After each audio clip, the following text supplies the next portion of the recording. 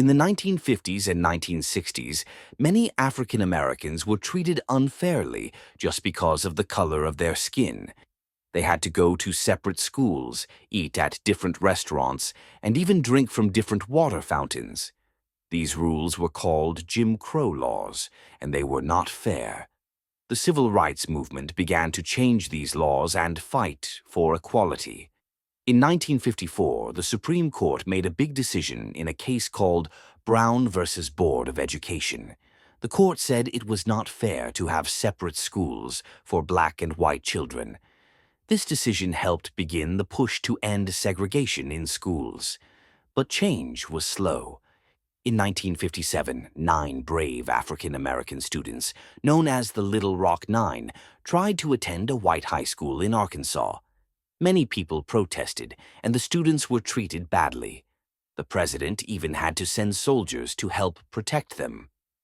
Another big moment happened in 1955 when Rosa Parks refused to give up her seat to a white man on a bus in Montgomery, Alabama. Her arrest led to the Montgomery bus boycott, where black people stopped riding the buses for over a year. This showed how people working together could make a big difference. Protesters also used peaceful actions to stand up for change.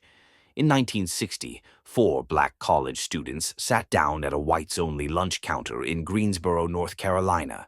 They refused to leave until they were served. These sit-ins spread across the South. One of the most important leaders of the movement was Dr. Martin Luther King, Jr. He believed in peaceful protest and gave the famous "I Have a Dream" speech during the March on Washington in 1963. He hoped for a world where people would be judged by their character, not their skin color. The fight continued. In 1965, marchers walked from Selma to Montgomery to protest unfair voting laws. They were attacked by police on a day that became known as Bloody Sunday.